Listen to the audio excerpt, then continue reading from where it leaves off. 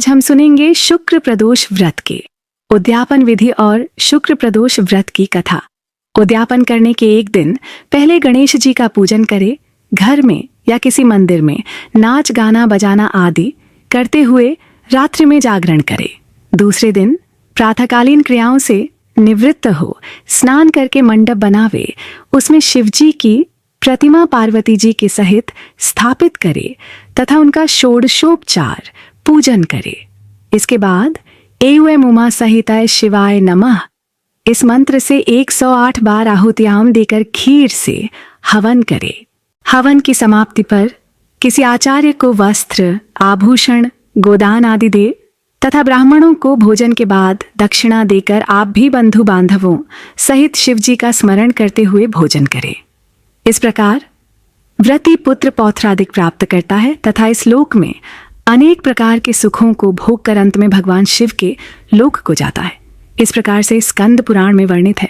पूजन सामग्री शिव पार्वती की मूर्ति या चित्र, मलयागिरी चंदन, रोली, अक्षत, गंगाजल, बिल्वपत्र, धूप, दीप, रतुपुष्प, माला, श्वेत वस्त्र, तांबूल, पान, सुपारी, दूध, घी, दधि, मधु, शर्करा, मेवा, रातुफल, मीठा।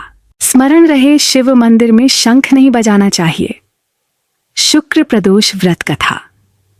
इस दिन सफेद वस्तुओं से देवता की पूजा करनी चाहिए तथा ब्राह्मणों को सफेद भोजन, खीर आदि खिलाना चाहिए, जिससे शुक्र देवता प्रसन्न होते हैं एवं समस्त सुखों को प्रदान करते हैं, क्योंकि शुक्र भोगों एवं सुखों के स्वामी हैं। प्राचीन समय में कहीं पर 3 मित्र रहते थे। पहला कायस्थ, दूसरा ब्राह्मण और तीसरा वैश्य था। तीनों मित्रों का विवाह हो गया था। पहले 2 मित्रों की पत्नियां वह घर भी आ गई थीं, किंतु तीसरे मित्र वैश्य का अभी गौना नहीं हुआ था, अतः उसकी पत्नी मायके में ही थी। एक दिन कायस्थ ने अपने वैश्य मित्र से कहा कि तुम अपनी पत्नी को क्यों नहीं लिवा लाते। अपने मित्र की बात सुनकर अपनी पत्नी को लिवा लाने के लिए ससुराल जाने के लिए तैयार हो गया, किंतु उसके घर वालों तथा ब्राह्मण मित्र ने कहा कि अभी शुक्रास्त है, अतः अभी विदा कराने का कोई मुहूर्त नहीं है। शुक्र के उदय होने पर विदा करा लाना। किंतु उसने किसी का कहना न माना और अपनी ससुराल चला गया। दामाद को आया हुआ देखकर उसके ससुर ने आने का कारण पूछा। तब उस वैश्य ने कहा कि मैं अपनी पत्नी को विदा कराने आया हूं। ससुराल वालों ने कहा कि अभी शुक्रास्त है, अतः विदा करना उचित नहीं है, किंतु वह उनकी बात को नहीं माना। अंत में ससुराल वालों ने लाचार होकर अपनी पुत्री सहित उसे विदा कर दिया। रास्ते में घनघोर जंगल में रथ का पहिया टूट गया, जिससे रात को वहीं रुकना पड़ा और चोरों ने उनका समस्त धन लूट लिया व उस वैश्य को काफी चोटें भी पहुंची। इस प्रकार के अनेक संकटों को सहन करते हुए जब वह लोग अपने घर पहुंचे तो वहां पर घर में प्रवेश करते ही एक जहरीले सर्प ने उस वैश्य को डस लिया और उसके शरीर में जहर फैल गया। वैश्य की दशा देखकर उसकी नववधू विलाप करने लगी। हाय! इतने में उसका ब्राह्मण मित्र आ गया। उसने कहा कि मेरे मना करने पर भी कि अभी शुक्रास्त है, विदा कराना उचित नहीं है, किंतु किसी का कहना न मानकर इन्होंने विदा कराई है। इसी कारण इस प्रकार का दुहक प्राप्त हुआ है। अतः यदि ये अपनी पत्नी सहित वापस ससुराल लौट जाएं तथा शुक्रोदय होने पर आएं तो निःसंदेह इसके कष्ट दूर हो जाएंगे। ब्राह्मण मित्र की बात को सुनकर उस वैश्य की पत्नी अपने पति के साथ मायके वापस चली गई। वहां जाते ही वैश्य का जहर उतर गया और उसे होश आ गया। सभी लोग अत्यधिक प्रसन्न हुए। शुक्र का उदय हुआ तब वह वैश्य अपनी पत्नी को विदा करा के अपने घर आया और आनंद पूर्वक रहने लगा। शुक्रास्त में कोई मांगलिक कार्य नहीं करना चाहिए।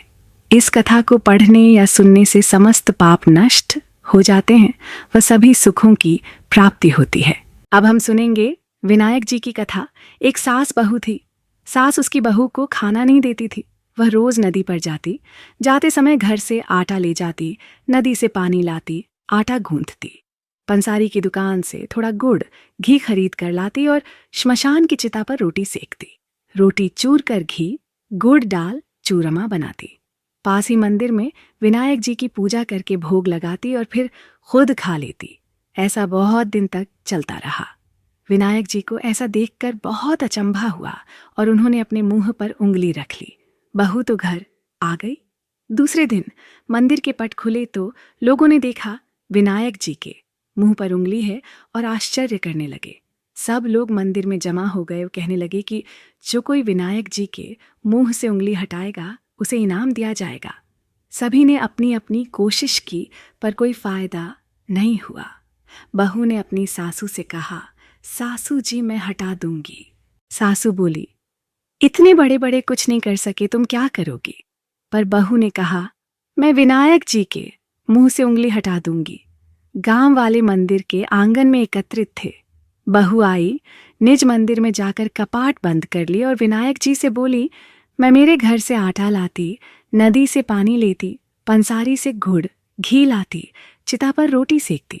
इसमें आपको क्या आपत्ति हुई? आपको मुंह से उंगली हटानी पड़ेगी।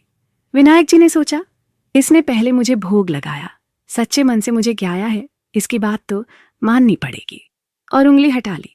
बहू ने मंदिर के दरवाजे खोले। लोगों ने देखा कि विनायक जी ने उंगली हटा दी है। गांव वाले कहने लगे, बहू तो क्या जादू टोना करके आई जिससे विनायक जी ने उंगली हटा दी?